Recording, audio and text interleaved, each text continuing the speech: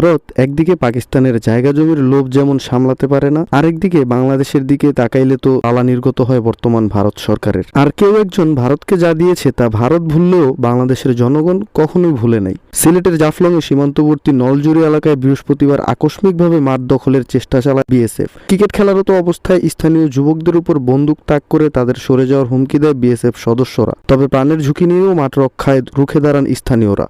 সফলভাবে ভারতীয় বাহিনীকে পিছু হটাতে সক্ষম হন সেখানকার এলাকাবাসী। ওনারা বলতেছে যে দেখেন এটা 2015 সালে শেখ হাসিনা চুক্তি বিনিময়ের মাধ্যমে, সীমান্ত চুক্তি বিনিময়ের মাধ্যমে এটা ইন্ডিয়াকে দিয়ে দিছে।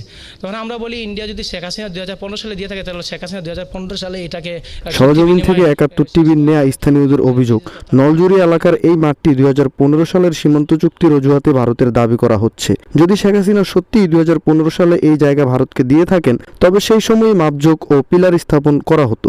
এখন 2025 সালে এসে হঠাৎ করে এই জায়গা দখলের চেষ্টা কেন? প্রাকৃতিক সৌন্দর্যে ভরপুর জাফলংয়ের নলজুরি এলাকাটি দীর্ঘদিন ধরে স্থানীয়দের প্রিয় খেলাধুলার স্থান। সবুজ মাঠ, পাহাড় ও ঝর্ণাবেষ্টিত পরিবেশে নিয়মিত ক্রিকেট খেলেন স্থানীয় যুবকরা।